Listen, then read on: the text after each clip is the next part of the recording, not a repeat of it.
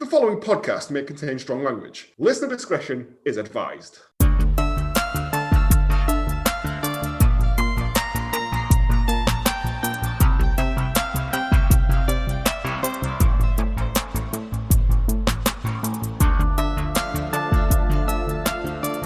Hello, and welcome to Hallmark of Greatness Last Orders, the podcast that looks at the early films of your favourite Hallmarked actors as they roll about on Caterpillar tracks. I'm Joe, and with me as always, fresh from his residency at the Colosseum in Rome, where he shouted the word egg on the hour, every hour, it's James. I've been to the Colosseum. It's possibly the only place that's hotter than here. I'm going to be a puddle by the end of this.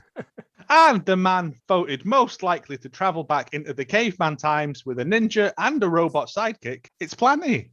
It's not really a ninja, though, is he? He didn't do any ninja-y stuff. That was the last film we did. No, but he didn't do So any long ninja-y ago. stuff. That's what I'm He getting at. Caught a fish in reverse. Well, yeah, but that's not Which is ninja. not easy. That's the magic of playing tape backwards. Listen, lady. It's about my cat. If you want to follow us on Twitter at Hallmark of Greatness or on Instagram and Facebook at Hallmark of Greatness, or if you want to pick a film for us to watch, we will watch it. Please do, And we- because we're and we shit won't- at this. We won't rig the vote, so we have to watch what we wanted to watch anyway, unlike some people. You can send us an email at hallmarkofgreatness@gmail.com. It's been a while, gentlemen. I know, yeah. I've been so alone in my little box under the stairs with my box of hats. Yeah. With your hats and your With my face on. with a plate with your face on it. And then bitch used to get in the back of Viz in it with the Bernard Manning, the cunt of our hearts. I was away for my birthday in that there London, and then we came back and it's still hotter than the fucking surface of the sun outside. Thunderstorms my ass. Imagine Dragons. I don't know. I'd rather not. No, it's a shit name for a band, that isn't it? It's a shit name for a really shit band as well. Yeah, That's the it is. worst thing. I kind of hoped there might be like a Dragon Force, but they're just not. No. If you're going to imagine something cool, like Ladies in a Barn, for example, which is what I call a segue into this week's film.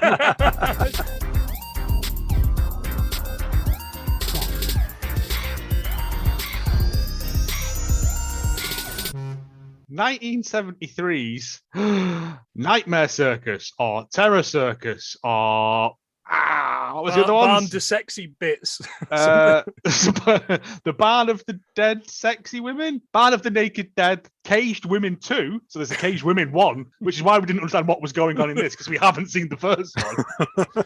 It's known that in Germany as well. That's how they decided to spin it out. Like, oh, well, there must be a plot there, building on Caged Women 1. Also, none of them are technically in a cage. Just It's also known as Akuma no Jokyoshi in Japanese, which is demon removal, which is a completely different film. Ghostbusters. Mate, if this was called Demon Removal and I got it from the video shop and I got it home, I'd be going back and demanding my money back. Yes, I know I got it from that bit behind the velvet curtain, but James, your synopsis for whatever you want to call this film: Nightmare Circus, Ladies in a Barn, Brian Blessed Sex Tent. Well, I asked the plot generator what it wished to be referred to today, and it came up with the splendid storyline machine of coolness. So we'll go with that. Yeah. Anyway, and then I asked it what it thought the plot was, and get a load of this.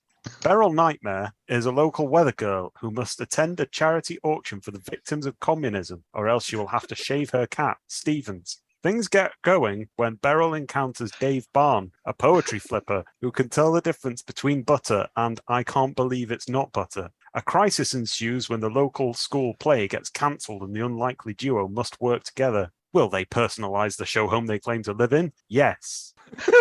There's a lot going. The victims of communism or shave her cat. Which I assume is what the school play is about. I mean, who knows? The actual fucking synopsis for this film basically gives the whole plot away.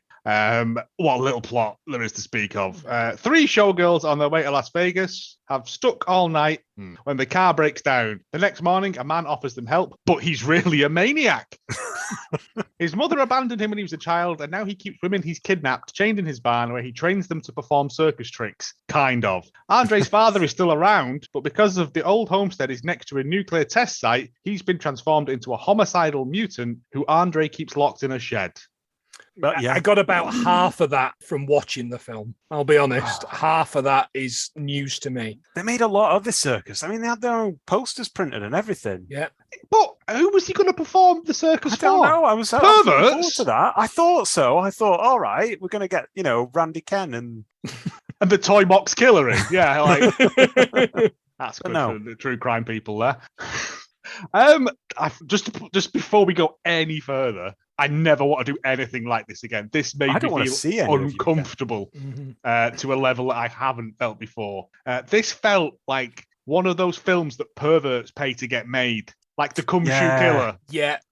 And There was a Vice documentary about it. Where yeah. The guy spent a fortune and she had to like crush this expensive watch with her tit. And it was just like, fuck, what is wrong with you people? Yeah. I just wondered if Mark could do his uncomfortable noise then again.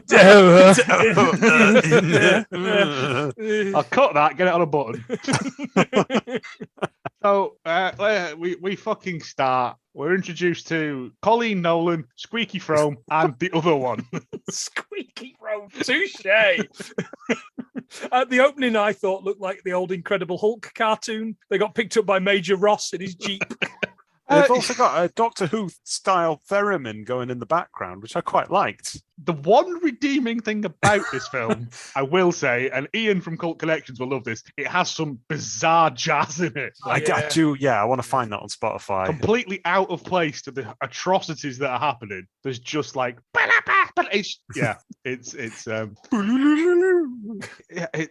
they're traveling along in a car that apparently can still move, but appears to be held together by rust.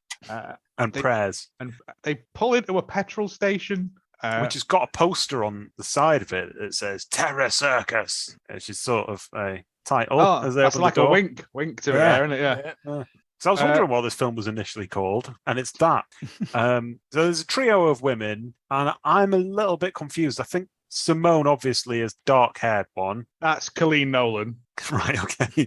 And Corinne is the blonde one, and then I Squeaky. lose Sherry in the Sherry barn doesn't full do of- anything. of women Yeah. that then later populate this film. Yeah. But they're there. There's a Anyway. moment when Corinne's into it. Oh God, I hate this film. Yeah, I know. But let's get through it for the the 38. You'll the know 38 why people. in precisely 40 minutes. They're talking to some creepy gas station attendants that I thought would be relevant. I thought they were going to go to the circus. I thought it was going to be like Texas Chainsaw. Like Yeah. everyone was going to be on it. Nope. Exactly, yeah. Nope. Not even old Mr. Alvarez. I've got some facts about old Mr. Alvarez. You just wait there. Excellent acting. Also, why isn't the cafes here where you can just get like a jug of beer and sit there all day? Because that's the dream. He's just, yeah, he's the best. Anyway, these gas station attendants are eyeing him up and decide to lie to them that their thermostat's on the blink and want to take them to the circus, which nobody ever actually goes to. Is there a circus? It's not a circus.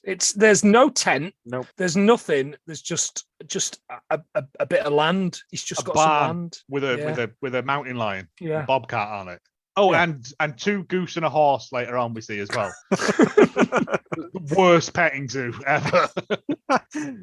They offer to take them to the circus. They say that they're off to Las Vegas, and one of them reckons she knows a shortcut. And I think, oh, well, that's going to work out well, isn't it? But it doesn't matter because they're going off to the land of many, many pylons. Yes.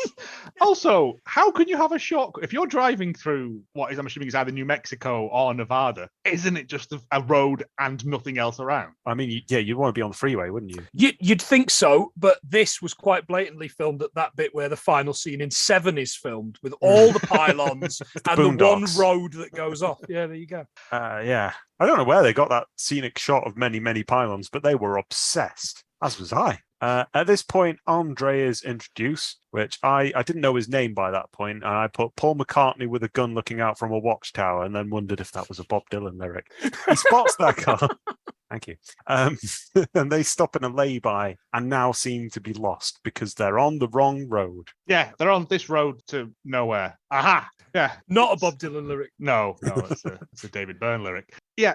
Does their car actually break down? I think Or they have sort of they- stop in a lay-by to just make sure that they're going in the wrong direction, and then they Right. go, yes, it very much is. This isn't at all like the freeway, which is the only way to get around. Really disappointed at no point did anyone say, okay, kids, who wants to go through the cactus patch? Yeah. 3 yeses and a no. Then You've the missed car. the big bit. You've missed the big bit, lads. You've Did I? missed the Bond theme.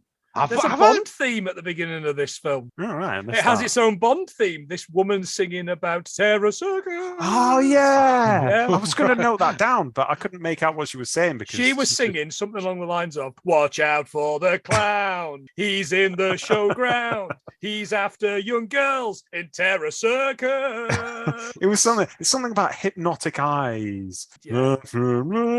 And she had a range on her, and I just Because just haven't got the range, darling. Just switched off. Man, there's no soundtrack listed. Oh, that's disappointing. There was a credit that said by such and such a person. I was like, I'll get that at the Yeah. end because it'll be on at the end. And there was only 2 pages of credits at the end, and whoever the singer of that wasn't there. And I just couldn't bring myself to start it again. To go back again. I just might do couldn't. it later, just on the off chance that it is on Spotify or YouTube, because I mean, who doesn't want Terror Circus? That's a good Christmas, good Halloween song to have, isn't it? Like surfing Yeah. vampires and that one. Then it's nightfall and the car has now broken down. And you know this because I think Corrine says, son of a bad bitch. I liked that. I liked They son had of a bad bitch. They had I'm some going to start weird saying. dialogue. I think they were just winging it, to be honest. But at this 70s, point, I thought that the petrol station guys had fiddled with the car so it would break down, Yeah. thus letting young Peter Serafinowicz capture them. But no, One of turns them out the says- car was just fucked. One of them says, ha, ha, ha, ha, this is really scary. Like, brilliant delivery, though. That's probably Karine. She's like the most unhinged of them all. Squeaky. She'll be all right. The family bus will be along to pick them up soon. The next morning, they're woken up by Andre, not the seal from the film. He's wearing a sheepskin jacket in the desert. Very In the brave. desert! I was going to Very say, brave. John dancing around Motson-esque. dancing around the bonfire with the rest of the gypsies, listening to Bronski Beat. Yeah, he's also got like this kind of World War II staff car that is just waiting there, which I thought was quite cool.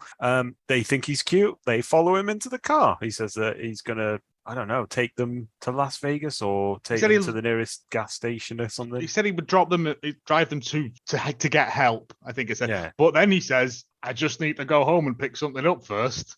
No red flags there at all, ladies. I mean, he's wearing sheep coat in the desert. That's red flag number one, isn't it?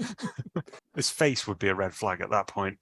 They pull up at the barn and he goes in to get something, admiring them to admire a moody-looking cougar. Yep. Yep. It's no life for cat. that cougar. And I thought, brilliant. The first of the animals at this circus. First of many wild creatures locked up in the terror/nightmare circus. What do If you could they? see the look of disappointment on Mark's face, listeners. What do they say when they encounter the cougar? Did anybody get this? I'm probably, that's a big cat or something Something like along like equally as It was just, why does he have it locked up? because it's a fucking wild animal, man. It'd tear your face off Because or gently maul you, as we find out later on. It would go into your fridge and lick up all the milk in the Oh. fridge. They realize that they're at the circus now and they go to find Andre because they're really excited and they encounter the barn and then they say, I've never been in a barn before. And I just put, what? I mean, I don't think I have. I don't know. Yeah, I grew up in a fairly suburban area and even I've been into a barn. All right. Yeah. I've Bragging. sold barns. You've I sold know barns. someone- I've sold them. Yeah. I know Sold someone barns, called Paul barn to barn. Barnes, if that helps. But... Yeah, door-to-door barn sale. Do you want a barn? No. I'll move on to the next farm that's 12 miles away.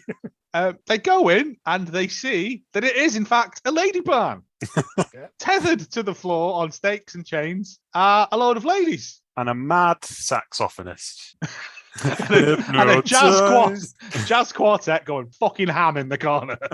There's some mad staring action at that point as well. Yeah, It was One very of much, these- very much like the bit out of The Good, the Bad, and the Ugly. I just needed the music in the background as we saw just their eyes and nothing else. Well, there's a character, isn't there, who I've just referred to throughout as Starey because I don't think she actually gets a name. But She's she called does Crazy Girl. I'm going to continue with Stary. I mean, Stary. Well, Mr. and Mrs. Girl decided to call their child Christian. Who are we to judge them? Andre reappears and he says, "Now, where am I going to put the three of you?" In my Terror Circus. in the barn where there's plenty of space. Loads of room. Yeah. Well, I don't know why he hasn't gone all down one wall. Like, why is he free ranging them? Battery them women up. Battery farm them.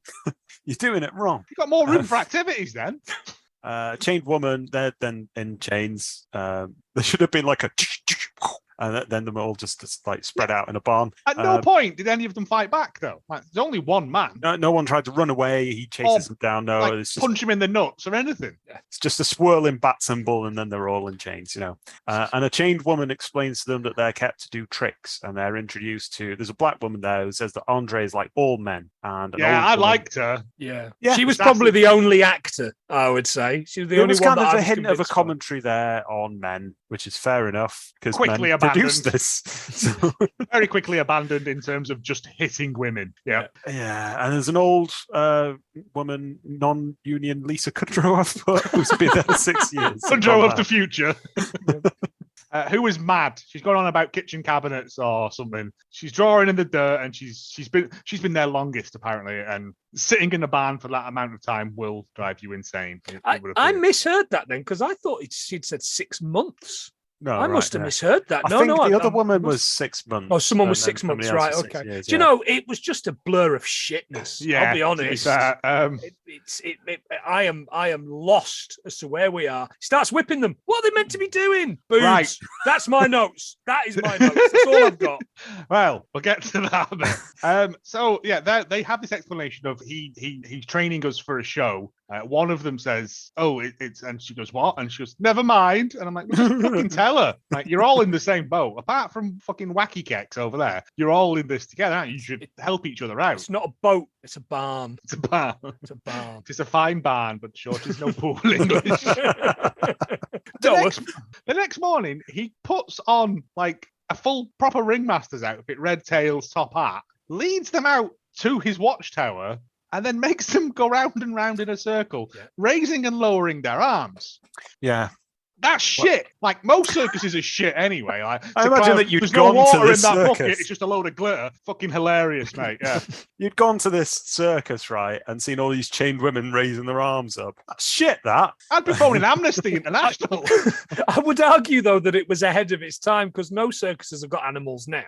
Is it okay to put women in a circus? Well, I don't know. I Papa Lazarou been to a circus in some time. Probably the last time I was in a barn. He put them in the animals, though. So he did. And then like none of them, they're all doing it, and he keeps whipping them anyway. And he's like, "You will obey me," whipping and whipping and whipping. And I'm like, here we go. Cuts to them in the barn, all going, ooh, because they're all sore, and we get some booby and bottom. Yeah, and gratuitous booby and bottom. Yeah, it's not nice just watching a load of women whimpering in the nude while Andre watches them through his little peephole that he's got, because he likes to watch the animals. He keeps referring to them as animals as well, which is the whole bit of this kind of was all right. Okay, so we've got to that part of the film, and from here on in, it's going to be that kind of film. And then there wasn't a single boob in it, but it continued to be disgusting. There wasn't a single boob in it in any scenes, but it continued to be a fucking shit show. Yeah, it continued to be really uncomfortable. Stalls like an aircraft heading steadily towards the.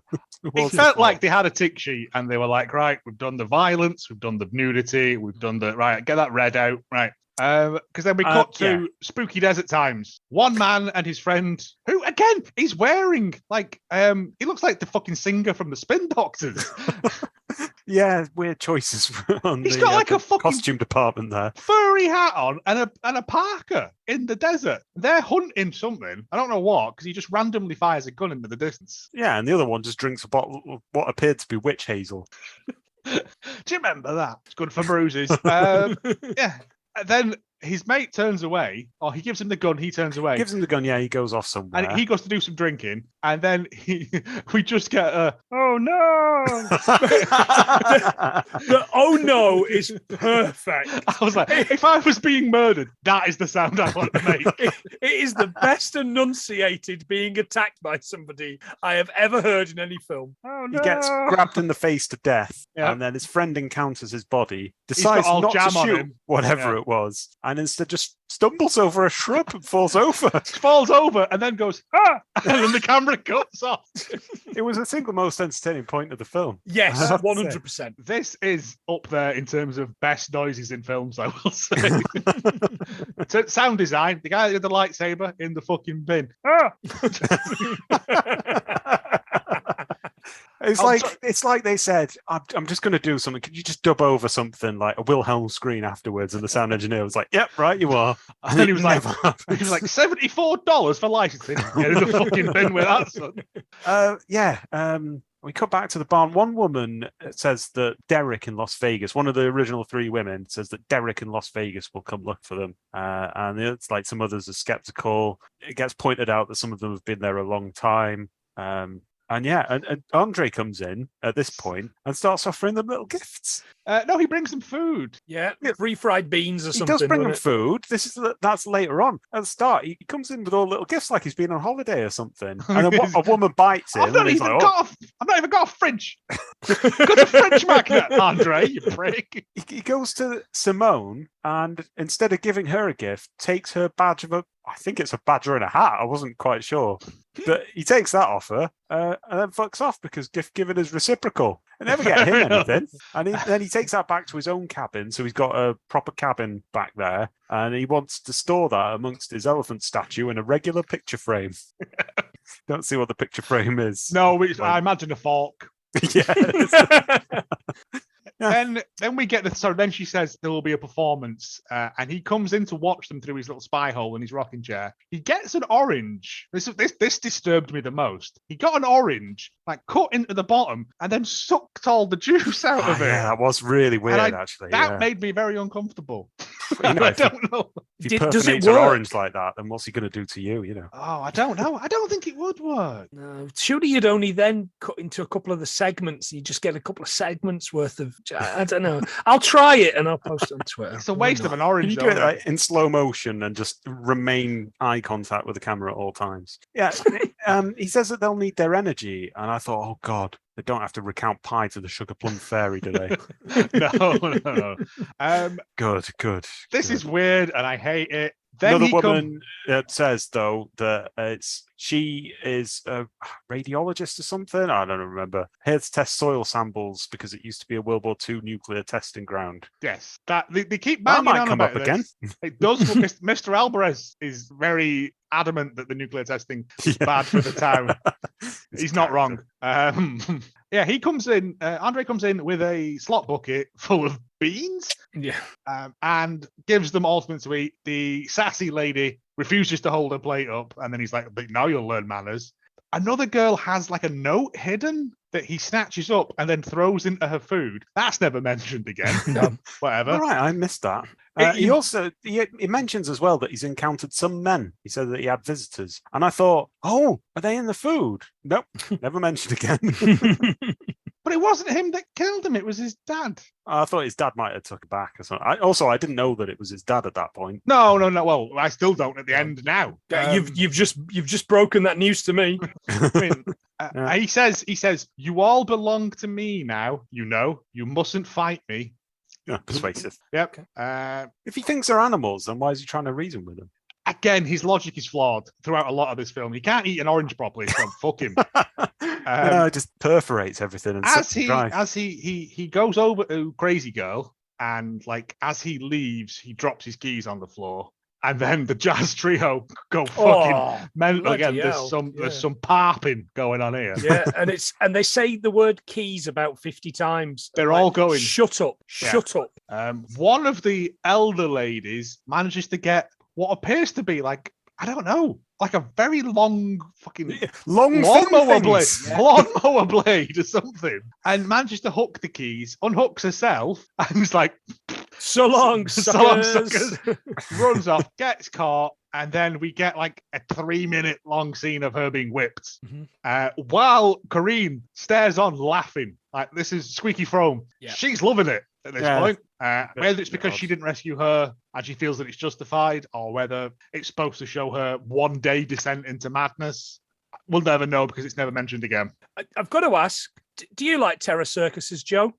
I don't like. Oh, I do. Do you like Terror Circuses, James? Yeah, they're all right. If I catch it on a Saturday afternoon. Oh, me too. You are pints, and I okay, tell is you this what, the Eddie, point I'll where put it- them in a pint glass. Is this the point where we get the adventures of Derek? Yes. Derek. Yes. What I mean, this is almost like the bit in The Shining where he spends the whole film going to get to the place. Scatman Crothers going to the place. Yep. Or a whole film only for it to end not great. Nope. Yeah, Shouldn't of yours. It starts out with Phil saying that he's got a contract out for the girls. Derek goes to find them. He loiters by an out-of-season pool for about 2 minutes and then wanders off. And This then we other next catch bit- him at this point in a horrible mustard shirt in a horrible motel. Like, in It the was- middle of like his 49th fag of the day. Phil and that young lady made me uncomfortable as well, because she was like, "Take me to the circus." I was like, "Not the Terror Circus, I hope." Yeah. I will say I did like this guy because he looked like he should have been in Boogie Nights. Yeah. Yeah, he embodies the 70s for me. He I stinks was never of there, brute. but Andre hints the performance is tomorrow. I've put it's going to be shit because all they know is to lift up their arms in a circle. Sort of. Yeah. The film gets even worse at this point because then Derek takes off his mustard shirt. I don't even know why they made that decision. It was a horrible shirt covering a horrible Body. hairy mass skin. It's Pale been skin. knitted underneath there. And they decided to put some hot jazz music over the top of that. Everyone loves a Fucking bit of hell, jazz. man. Right, and then this is where this feels like a film that perverts pay for. And the next day Andre comes in, gets Colleen Nolan, and he's like, "Oh, you look like my mum," because there's a picture of his mum, isn't there, on his dining room table or his mantelpiece or whatever, and it looks nothing like her. I don't even think it's her in a wig. No, Like, I was I wondering think it's just that a as well. random woman that they got an old picture dark of. hair, yeah, dark hair there. Yeah, that's fine. That adds And up. he's like, "No, you can come and live in the house now with me, mother." And she's like, "Sweet. Why don't we let everyone else go?" And he's like, "No, the circus must go on. I've captured them." I was like, "Yeah, you didn't really, did you?" Because none of them really put up a fight. That was the thing that annoyed me. He takes one of them out by choking her with a whip, and he takes her off to the cougar and gives her a weird tabard. Yeah, the tabard of murder. Not sure where that came from. Where do you even get those anymore? Not been seen since the Screw 15th it. century. Harvey's got a knitting pattern for a man's jumper that is a tabard as well. And I kind of want it. Yes, please. Not this weather, though, but yes, please. When winter comes around and I'm storing stuff in the front pockets like a cool dude, and you're all having to use your trousers like an idiot. I wish I was wearing a Geordie tabard. It's a horrible tan colour, obviously, and he decides that's not very good, so he paints it in cow's blood. And Yep. lets it go, sets the cougar on her. Which it doesn't really seem that fussed at first. And I thought this is exactly what big cats are like. They're like domestic cats, and that you want them to go and ravage a woman. And no, I'm going over here. I'm licking my crevices, actually. Yep, I'm gonna just stare at this corner of the wall for no reason. Yep. Yeah. She minces off across this field, flounces across the field. The cat eventually goes, "All right, best I guess go and do this, Anna." But like, is not a very fast cat. Doesn't catch her up. No, It doesn't do a great job, especially when you consider mountain lions can apparently run between 60 and 84 kilometers per hour, that's very fast. isn't it? Yeah, that's like Usain Bolt, possibly. Speaking of bolts, she shimmies the bolt on the shed. That's the segue. Thank you. I set 'em up. Which is it's just like a piece of wood just jammed in Yeah. a lock, Yeah. and she undoes that. Has a good time to wiggle it around while this cat's just racing and advancing on her. It's like that fast animal, slow children thing from Family Guy. She's covered in red, mate. Leave her be. She gets into the shed, and then Gene Simmons turns up with his spiky hand because Yep, she gets stabbed through the throat. it's before your time, Mark. But Oh that was yeah, another you thing get we lived through. Yeah. need to No, go I've back seen it. and I've seen it. listen to Was it called Stargrove? Yeah, no, I've actually seen the film. It's, it's yes. disgusting. Yeah, it's one of two Gene Simmons films I've seen. The other one with Tom Selleck, where he's Gene Simmons has got some robotic spiders. I don't even watch that one. We'll do that one then. That's the next one. Is that as transphobic as the other one? No, not anywhere near. Right, because I can't skirt around that again. Fucking hell, there was a lot. Skirt around that. You know what I mean? Like trying to say stuff that they're saying without it being me saying it. You know what I mean? There's a bit I've got written here, and I can't remember where it came in, but I've written police jeep ? There's an 80s TV show waiting to happen. Just a random thought you had. Well, this is when Derek is driving down and he gets pulled over for speeding, possibly ? And he goes, I want to report a missing person. And the guy's like, okay, but I still have to give you the ticket. He reports the missing person. The police officer, in true police officer style, does fuck all with that information. Yeah. Because later on, when he's in the diner, he reports it to, I think, the sheriff. And he's like, this is the first I've heard of it. Yeah, it's like, is that another commentary on... I mean, we're reading more into it than they ever thought was going to happen. That's what Ted Bundy went on to do, wasn't it? Play different police forces off against one another over state lines. So that was around this time, wasn't it? Should have listened. Right. Yeah. Should have listened to the Terror Barn. We're hitting we're hitting the true crime nuggets on the head. Previous to this scene with the police jeep, Derek had been sleeping on the bed sideways without a pillow. And I thought, is that maybe some sort of 70s Hollywood thing that they all did? No, I think he'd probably just fallen asleep drunk. But sleeping without a pillow can help reduce neck and back pain for many sleepers. People who sleep on their stomach are generally best suited for going pillowless because the lower angle of the neck encourages better spinal alignment in the position. Are you trying to go for my job? But it is, James, it is all fucking filler, this. Because nothing happens in this film. Come on, we're stretching this out as much as we can. Nothing happens in this film. Also, we want that sweet fucking, what is it, thingy mattress money as well. Simba mattress. I want a free mattress. I need a new mattress. Mountain lion mattress. Is that because your Uncle Scar destroyed it? No. It's because of, what was it? I wake up with kidney pain every morning. And I refuse to buy a memory foam topper because it always reminds me of that bit in Demolition Man where all that liquid comes in while he's all curled up. Because that's just how I sleep. I don't like it. Anyway, future jizz. I'm pretty sure it's what I got. That's what you got. Demolition Man. Yeah, so he thinks she's his mum, and I'm going, all right, so this is just a shit psycho ripoff. Yeah. He also he brings the corpse back of that slain woman, into his tan. It looked like to me that it was a tanning room, and he was going to make a skin kite out of her because there's one on the wall. See, I thought he was going to do stuff to her because I thought we've not done that yet. We've had everything else. I thought we were going to get like some dead body sex. He plays like a tinkly child's toy thing to relax, and he puts like a music box on and tells her like a story from his childhood. I couldn't tell you what it was because at this point I was going, I don't care. It's Dad, times 2 speed. Where's Mum gone? Oh, Mum's out. Oh, the army are here because it's a testing ground. It was just like really expositional stuff. Oh, right, okay.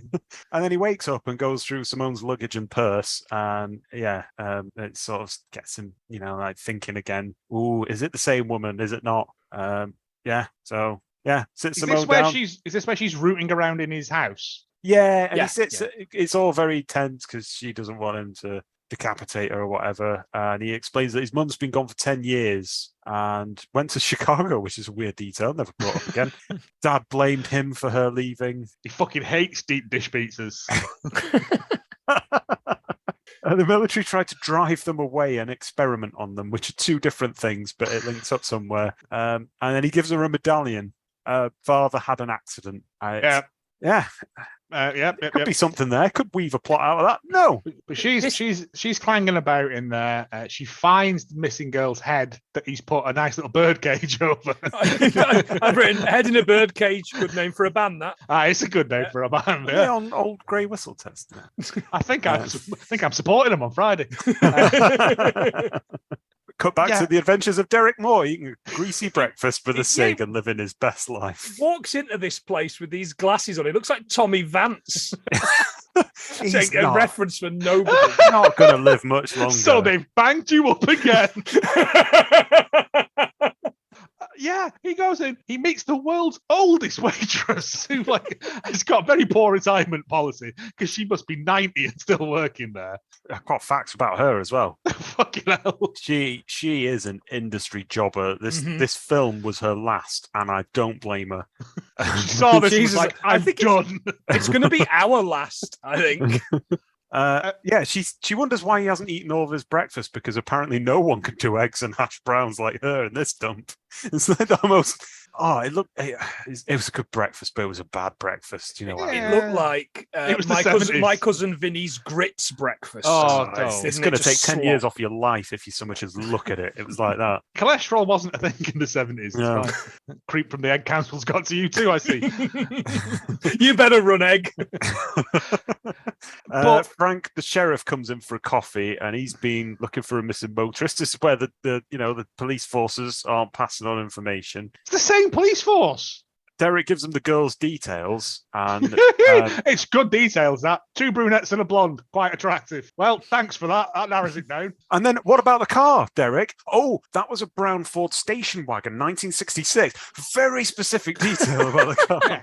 Oh, he knows I think he just cars. wanted to Women reclaim the all car. look the same to him. He's got face blindness. Andre then wakes up Karina by shushing her and then grabbing her by the shoulders in a manly fashion. He undoes her chain and then leads her away to probably the twisted, snakiest heart of this film. This bit. Simone overhears her screams, and she responds to this by taking off her locket, and Yep. that's it. She looks up next to her flock tiger painting and just goes back to bed. She's like, "Oh, shouldn't sleep with this on. I could strangle myself." Meanwhile, Karine is being promised freedom and good treatment. He ties her, but the Terror of Circus of Terror doesn't have a reptile, just one reptile. So he ties her hands behind her back and makes her slither around on the floor. Didn't like this. She I doesn't thought look he like was getting off to that, but then I don't know if it was just I don't know. she's less reptile lady, more worm woman. He gets the snake out of a box and says, "You're going to get inside of him, and he's going to get inside of you." But when he says thought, that, no. it cuts right to her crotch with a snake slithering over it. I was like, crotch shot. "Oh, this feels like something's paid to have that put in." Yeah. Yup. And then that's it. Nothing comes of that. He just Sheriff, goes, Sheriff puts her again. back in the thing. You're a terrible snake. Back to the lady bar you go. Well, that didn't do anything for me. So, we cut back to the adventures of Derek with the sheriff. Sheriff gets an idea in his head that there's an old dirt road, and they couldn't have been so stupid as to go off the main road down that road. They're women after all. And we're introduced to the best character in all of this, which is Old Man Alvarez. Anyone want to take this up? Oh man, Alvarez. He's a man who sits there drinking beer and going, "Yeah, but the nuclear testing was bad, wasn't it?" He's great. Pint I and love him. mild. He's just topping up with a pitcher. Yeah, he just goes in every day, gets like a 4-pinter. He's everything I want to be. Pass from the jug. You've seen all the adverts. Is that what it is? The sheriff goes, "Oh, is it like the UFOs you saw that time as well?" And Mr. Alvarez is like, "Fuck you, sheriff. I know what I saw." Yeah, he says that it's like the mouth of Hades. He's very lyrical. He's good. I liked him. I liked him as well. And then we go back him to and the guy are my 2 favorites. cut back to Simone, who's still faffing around inside the house. She gets led past the weird elephant statue and the barn of women to his workshop laboratory skinning talon. The weird salon room. something. Has everything you could want in there, though. It's got a miner's lamp, a beer jug for hoedowns, and the obligatory peephole. Yep. That's where he sits when he eats his oranges. Well, the beer jug just reminded me of the Simpsons beer jug. It's just Never at this stopped in point, the middle of a hoedown. stopped the film, just watched that over and over again for about 10 minutes. Homer's Recovered dance. a bit, and then it's back to Music more of helps the Daddy sheriff. think. Didn't say stop. Right. Then somehow she gets hold of the keys. She's rooting around for keys and stuff, isn't she? That's when she sees the head. Yeah, and there's a cleaver there as well. And I thought, oh, she's going to pick up the cleaver. She's got Go on. keys, Nah, chopping and unlocking and, all the stuff. But no. Popping and locking. Yeah. She gives the keys to the people. Some of them manage to escape. Oh, that was the worst thing as well, though. Some of the keys don't work.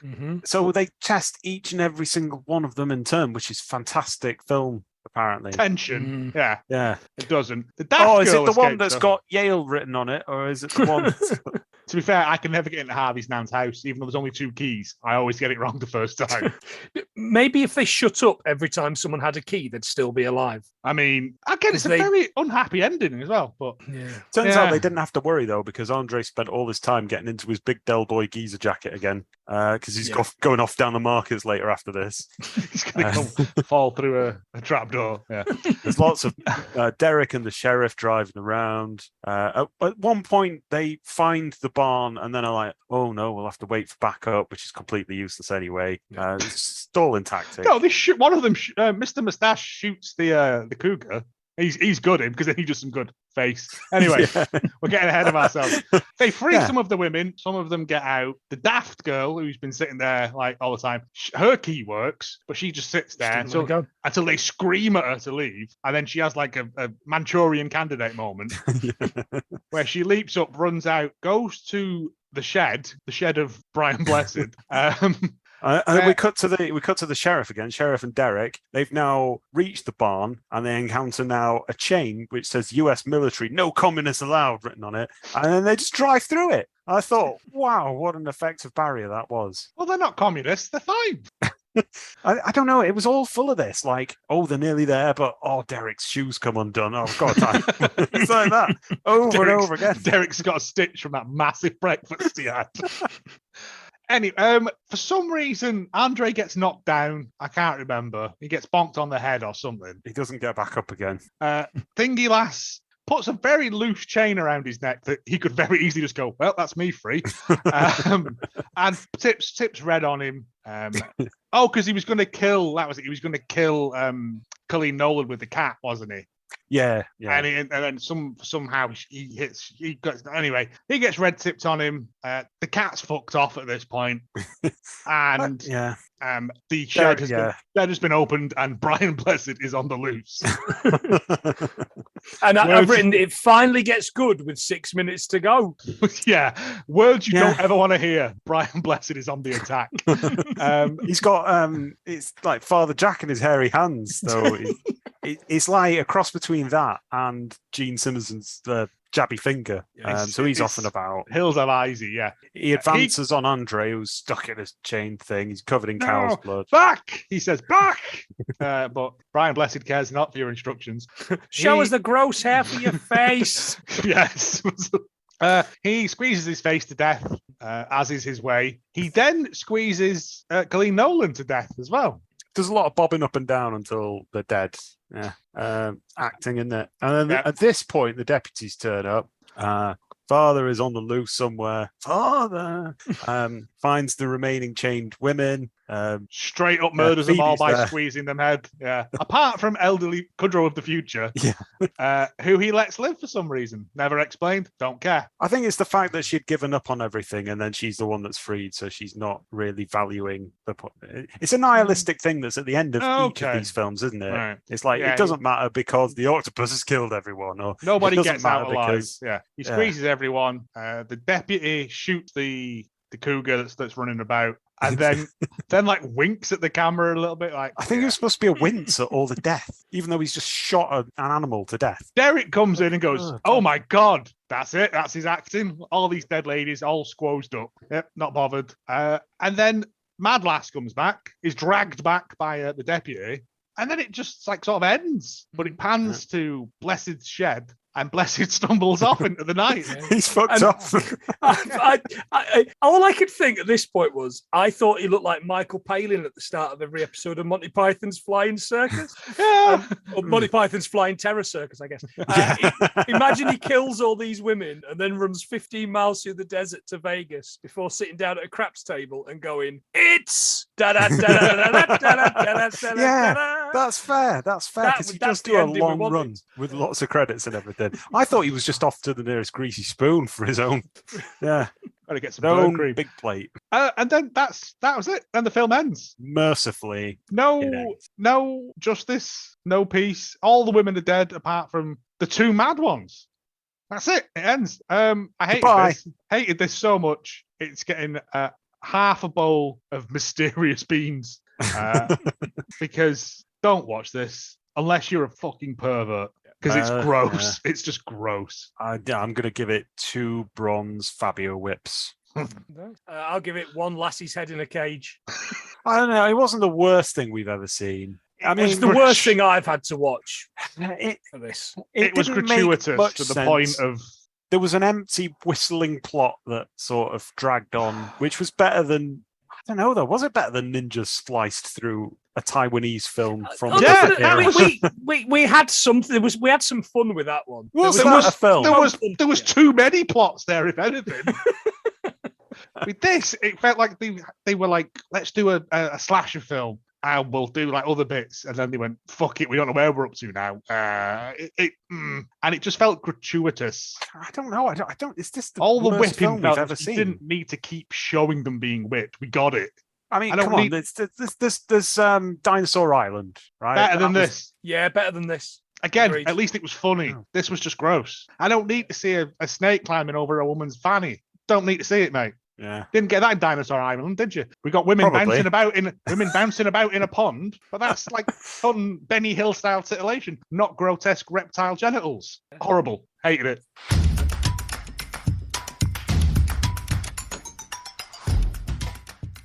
Again, that sort of jungle theme really followed on from your last sentence. It should have been jazz. It should have been hot jazz action. There's no budget facts for this. Don't know really what it made. Don't know how much it cost to make. I was under the impression that it was 1974 that it was released, which would make sense.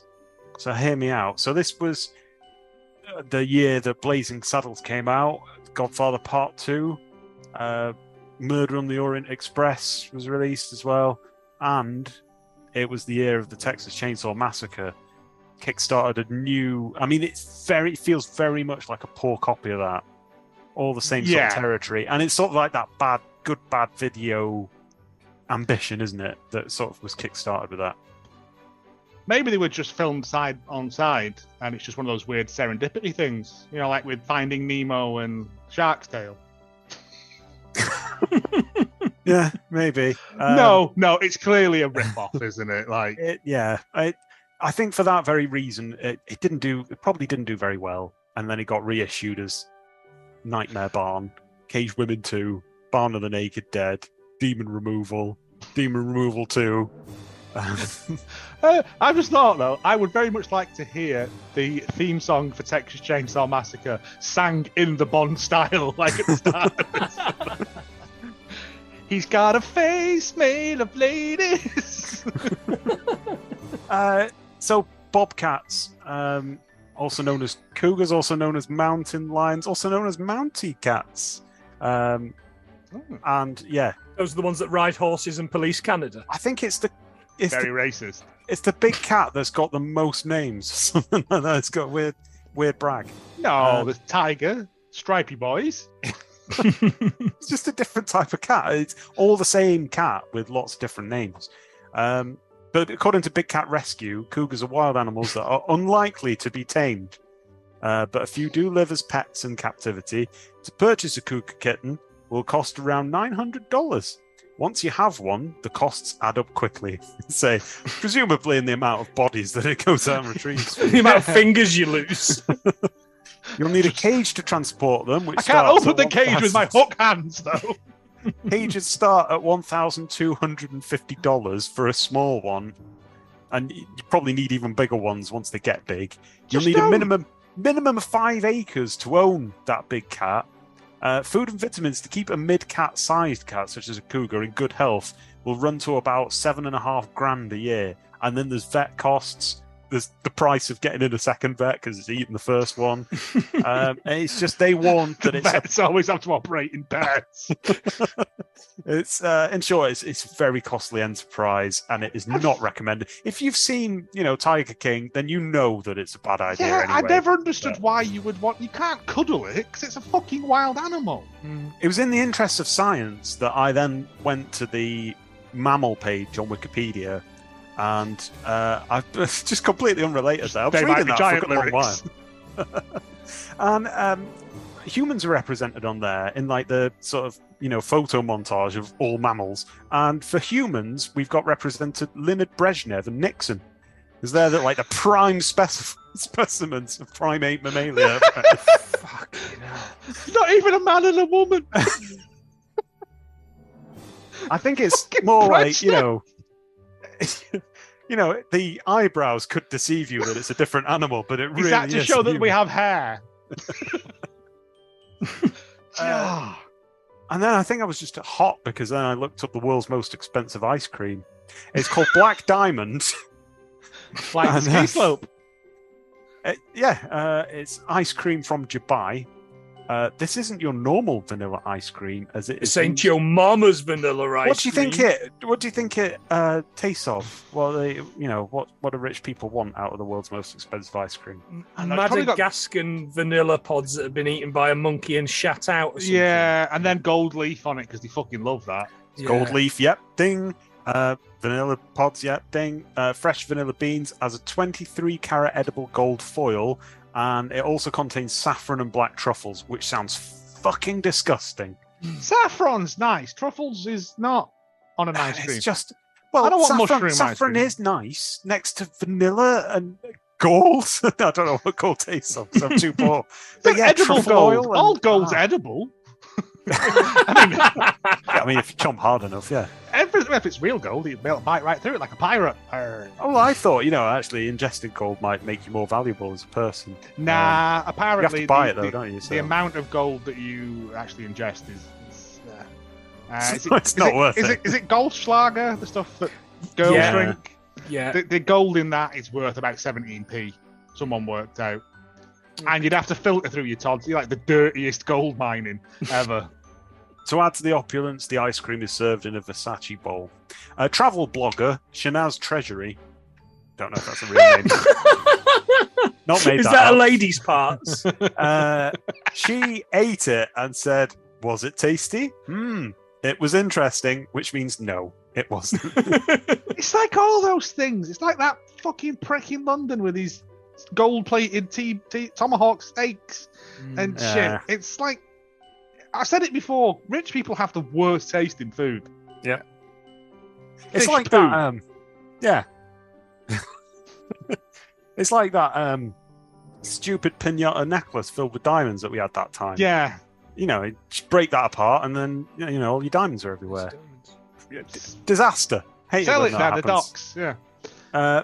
This was a film that we got to. The link is from. Sorry, how much Andre was the actor. ice cream again? Sorry. I can't remember now. I've not written Oh, it okay. down. It's I just the was most just curious as expensive. to how much it was, because like, Your money's no good here. for that amount of money, you could bring back Gino Ginelli. Is all I'm saying. You could, with the little bits of wax in it. The Color flavoured changing, wax. color changing Yeah. spoon, son. Yeah. Yeah.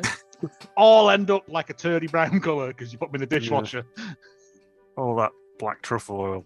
Ugh. Linked from Andre actor Andrew Prine, who we got as Brett Riverboat in the last film. And if you remember, we got to this because he said, "I didn't like Nightmare Circus, aka Barn of the Naked Dead. When I got into that, I thought, you've gone too far, my boy. I couldn't imagine my way out of it, although they paid me a lot of bucks. I thought, let's not do this again." And I was thinking of that every single scene he was in. I was like, was this the point? Where... If it was shot in chronological order, it makes sense. Now, if we'd listened properly, Joe, to James Facts last time when he went through this section about what Brett Riverboat had said, we wouldn't have done this No. because I know you heard it and we kind of went, "Oh, that Yeah, sounds that. like it'll be a jape." But really, if we'd properly listened to those words, Listen to the Yeah. wise words of Andrew Prine. yeah, Well, it was either that or it was Simon, King of All Witches, or something that was written by a warlock, but it was too bad a picture quality. written by warlocks, acted by For warlocks, for warlocks. warlocks. Directed by Warlock from the Young Ones. Yeah, It was, I think we've yeah. got to be a bit more careful in what we pick in future because this could lead us down a very dark path that I don't want to stumble down.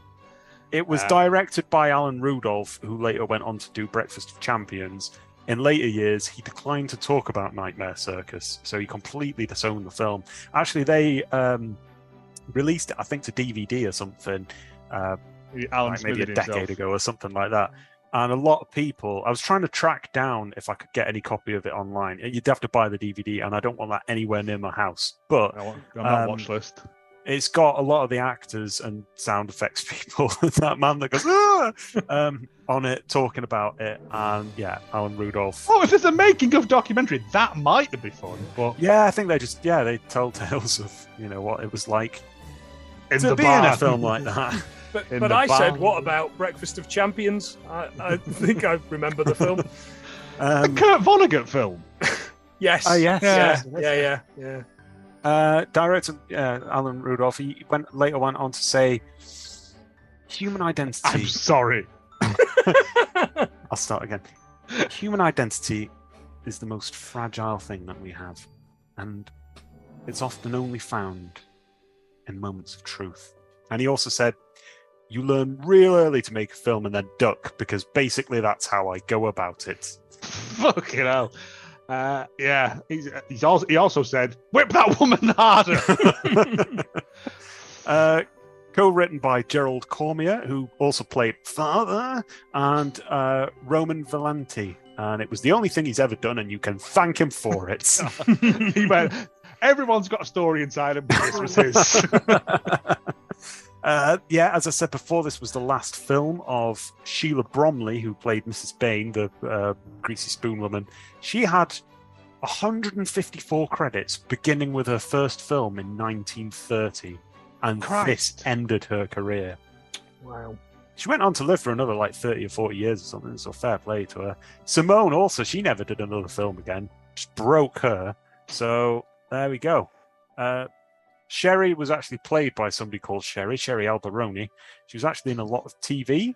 Had previously appeared in Cyborg 2087, which is a film released in 1966. She was also in the Monkeys TV series as well. And life got worse. She's the least memorable one of them all. Yeah. Under trademark on IMDb as well, it says that Sherry Alberoni is of Italian ancestry, but I don't think you can trademark that. It's a delicious meal, is a Sherry Alberoni. Corinne was Gail Rowland. She actually still stars in films. One of the rare cases of somebody going on to a career after this. She's only got 18 credits, but she did go on to appear in Warlock 1989, which has got Richard E. Grant in it. Oh yeah, Warlock's pretty good. Warlock's great. Yeah. Right. Yeah, that sounds pretty dope. So something to do with a warlock sentenced to death, escaping magically into the future, followed doggedly by a witch hunter. There's 3 parts of the Devil's Bible.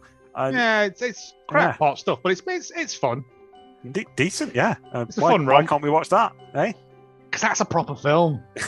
It's too good for us. It's too good for when you've sat through 8 of these, you can watch one good film. And Old Man Alvarez, I'll finish with him. Jill Lamb, best name as well for him, because he looks like a Jill.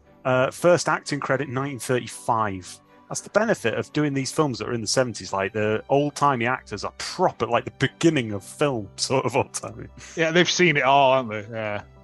In the 30s, he used to do a routine where his neck and his Adam's apple lent themselves to a comedy routine in which he pretended to have swallowed a harmonium. So don't make him like that anymore. I mean, I kind of want to see that now, but it's no different than that lad who made his eyes pop out on Britain's Got Fucking Talent, is it? Like, there's always shit out there. He was known to have a very flexible body, so he did stuff. Yeah, he did all kinds of stuff. Last film was For the Love of It in 1980, where a young couple end up with a number of top-secret Russian documents, and they become targets of the CIA, the FBI, and even an evil toy maker. Cool. I was not expecting that last bit. No, neither was I. And then's your facts, James Facts style. Nick that from Katie, she won't notice.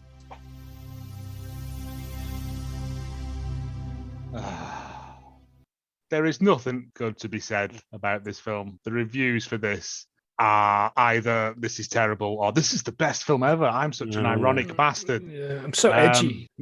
I mean, I didn't even bother fucking writing any of them down because I'll randomly pull one now. Trashy precursor to blood-sucking freaks. Is it? Is that a username?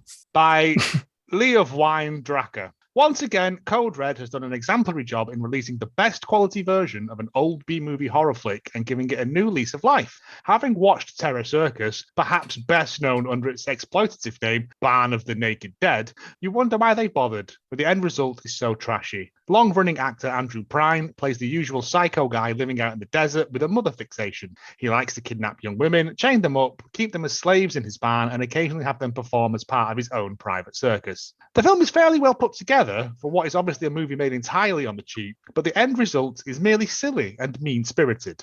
Nudity and some bloodshed are thrown in to keep the horror fans pleased, but the only time this entertains is at the very end with the zombie twist. In its focus on the humiliation of women, it seems to be a precursor of blood-sucking freaks. Now, I ain't watching blood-sucking freaks. Yeah. I wonder what it's about. And actually, he's not a zombie. Yeah, he's a radioactive Brian Blessed lookalike. Yeah, Brian Blessed let's see you wine lead tracker. Whatever. Brian Blessed and Gene Simmons in that fly pod thing together. Yeah. That's it. I mean, it's not even like people who like horror films and not into it. It's exploitative. It's cheap. There's no story. It's worse than Last House on the Left. Yeah. Fuck it. I hate this film. I'm never speak of it again. No, I'm going to wipe it from my brain by going away and watching a long play of the 1996 Mega Drive game Nightmare Circus. Yes, I wondered when that would come up. Yeah, I wasn't going to miss it. I was going to squeeze it in somewhere. Yeah. Oh, is that the like Night Trap? No, it's a platform game. Native American bloke who has to work his way through the Devil's Circus. Question mark, if I remember right. Oh, because we tried. You can get Night Trap on the Switch. Yes. And oh boy, is it Brutal. a stinky pile of shit. Yeah. It's impossible. I watched someone trying to finish it on Twitch, and it's not worth it for the digitized lady in a bra you get to see. It's a mess. That was 1973/4's fucking Nightmare Circus, or Cage Ladies 2, or Demon Asbestos Removal Company 7. Whatever you want to call it, I'm going to call it shite. Absolute dog muck. Any favourite lines from the film? I've never been in a barn before. It's a big cat. Why does he have it locked up? You'll get eaten by a mutant Brian Blessed in Terror Circus. Father. Oh no. Goodbye, everybody. Bye. Please come back.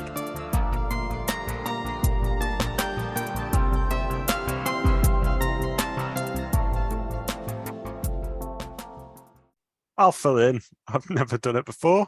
How hard can it be?